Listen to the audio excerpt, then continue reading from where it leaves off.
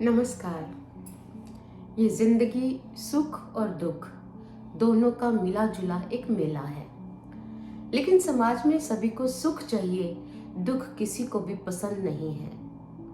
सुख मिलेगा कैसे? सच्चा सुख छिपा कहाँ है? ये प्रश्न जब फ्रॉइड के सामने आया, उनसे पूछा गया सच्चा सुख कहाँ है, तो फ्रॉइड कहते हैं कि ये जो दमित मन है वो हमारे दुख का कारण है, और जब दुख जीवन से दूर कर लेंगे तो सुख जीवन में अपने आप आ जाएगा।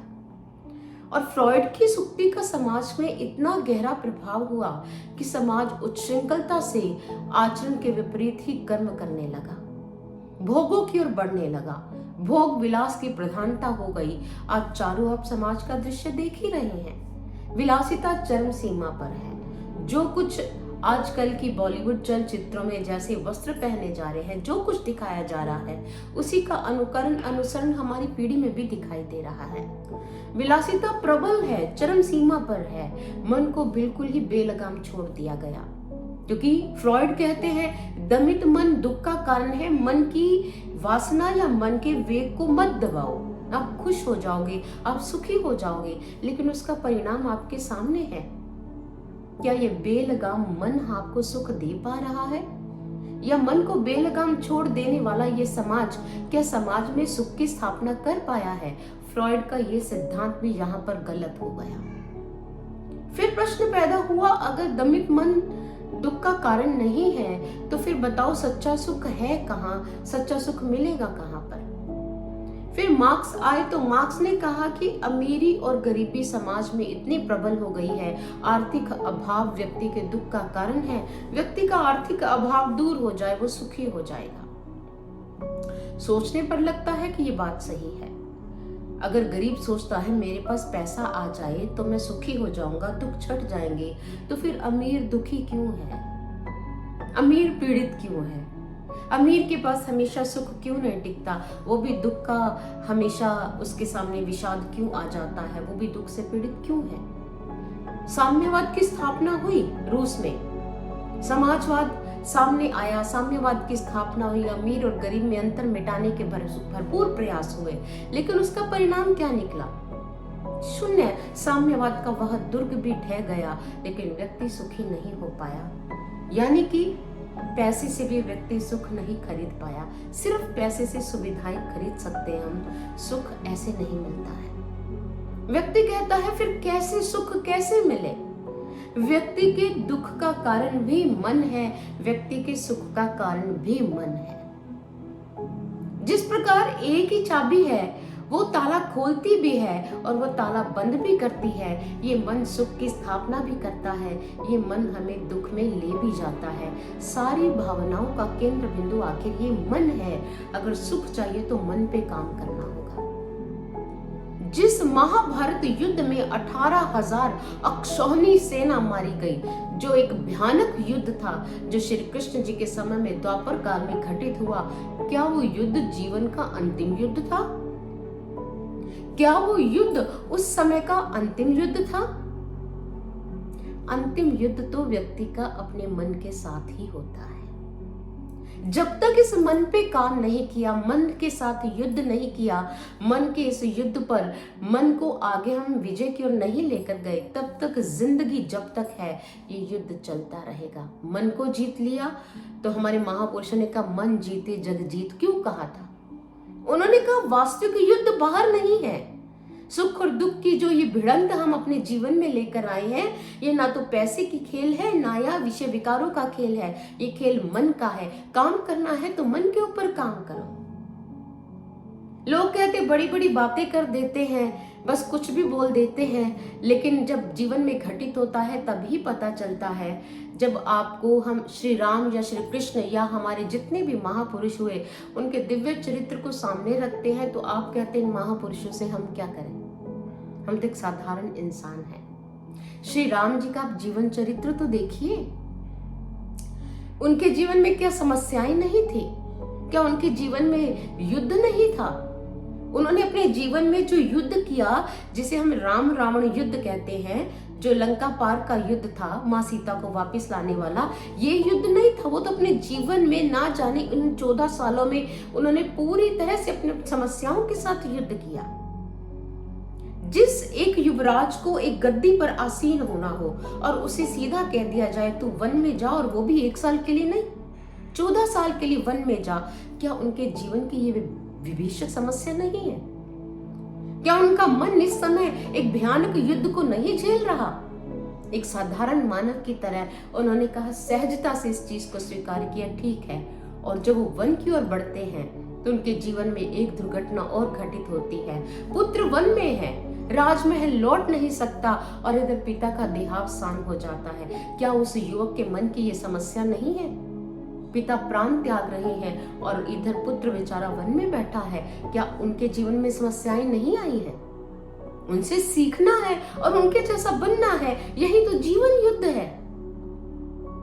आगे फिर इन समस्याओं का सामना करते हैं। न उनके पास पैसा है, न उनके पास सेना है, न उनके पास कोई अन्य अस्त्र शस्त्र है। वो सब कुछ जुटाते हैं, अपने समय के साथ साथ आगे बढ़ते हैं। इस युद्ध को जीतने के लिए, अपने जीवन में आई समस्याओं से लड़ने के लिए वो आगे बढ़ते जाते हैं। पीछे मुड़ के उन्होंने कहाँ देखा? जिन माताओं से वो इतना प्यार करते थे, वो जानते हैं वैधव्य की विभीषिका वो तीनों माताएं झेल रही हैं। घर की स्थिति कैसी है?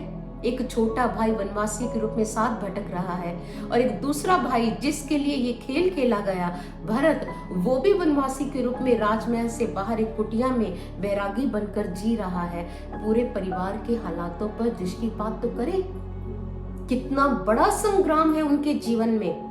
राम रावण युद्ध इतना बड़ा नहीं है जितना परिवार के अंदर ऐसी समस्याओं से भरा हुआ एक युद्ध चल रहा है। वो कितना झेल रहे हैं, और फिर भी अपने अभियान पर पूरी कंसंट्रेशन के साथ, पूरी एकाग्रता के साथ आगे बढ़ रहे हैं। उनके जीवन से सीखने की जरूरत है। असली खेल मन का है, पैसे का नहीं, संबंधों का नहीं। असली खेल मन का है कि हम परिस्थिति को अपने मन के ऊपर कैसा लेते हैं। एक महापुरुष का एक भजन सुना था, फकीरी में मजा जिसको अमीरी क्या बेचारी है। उसने अपने मन को उसी में ढाल लिया, फकीरी में।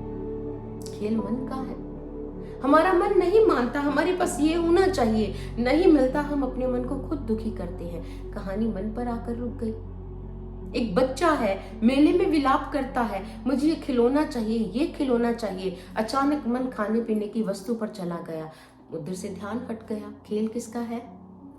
मन का। भगवान श्री कृष्ण जी का हम जीवन चरित्र देखें, उन्होंने अपने जीवन में जहां जन्म लिया, अपनी माँ से वियोग झेला, जहां पालित पोषित हुए वहां भी नहीं रह पाए। 11 वर्ष की उम्र में वो आकर अपने मामा के साथ अपना युद्ध लड़ते हैं, जिसमें उसको अपनी माँ से मुक्ति दिलवानी है, उनकी कारागृह से मुक्ति दिलवानी है। उस नन्हे से बालक के जीवन में क्या समस्याएं नहीं है? क्या उनको पूतना नहीं मारने आई, या बकासुर नहीं मारने आया, या उनको अघासुर नहीं मारने आया? कितने काल उनके जीवन में आए, और कितने कालों के साथ उन्होंने किस विभीषिका को झेला, और कैसे उन पर विजय प्राप्त करते हुए अपने जीवन युद्ध में आगे बढ़ते रहे।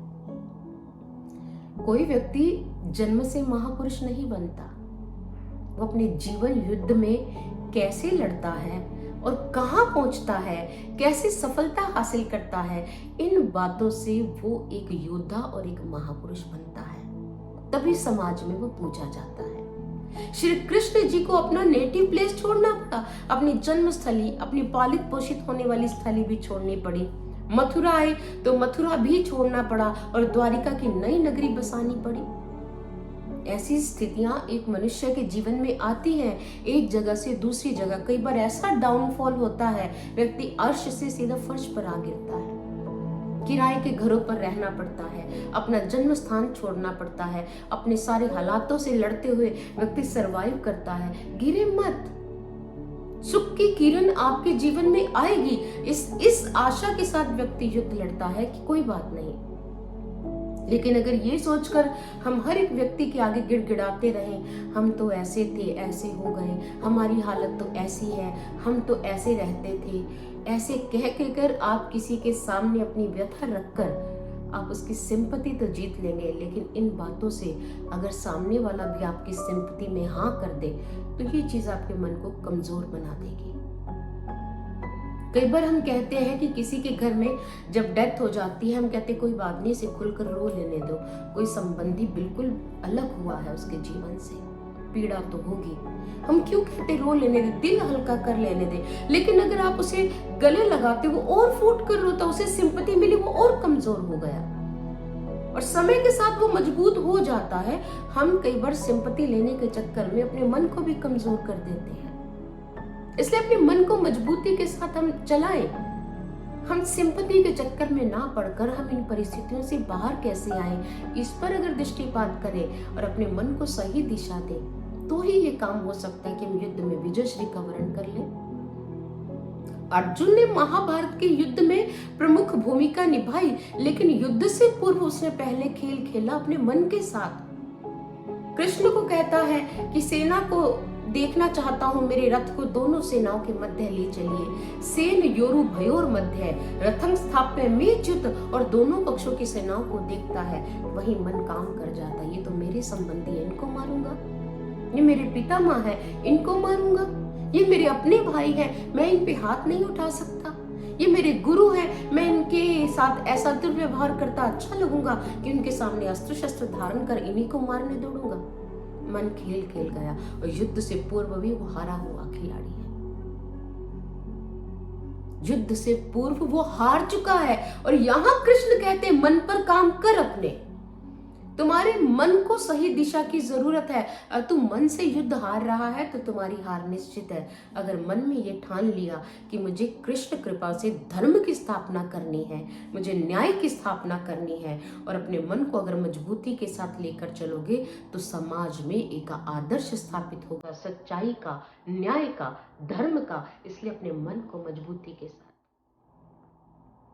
अर्जुन कहता है ये मन बहुत चंचल है, बहुत चंचल है। चंचलम ही मनः कृष्ण प्रमाथि बलवत् दृढ़म। ये मन बहुत चंचल है, इसको वश में नहीं कर पा रहा हूं। कृष्ण कहते हैं असंशयं महाबाहो मनो दुर्निग्रहं चलम अभ्यासेन तु कौन्तेय वैराग्येन च गृह्यते।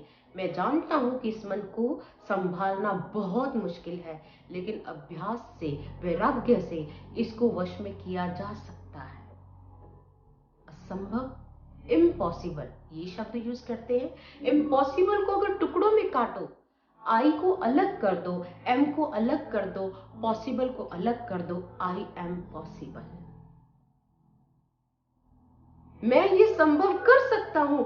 इम्पॉसिबल को आई एम पॉसिबल में कन्वर्ट करना आपका काम है।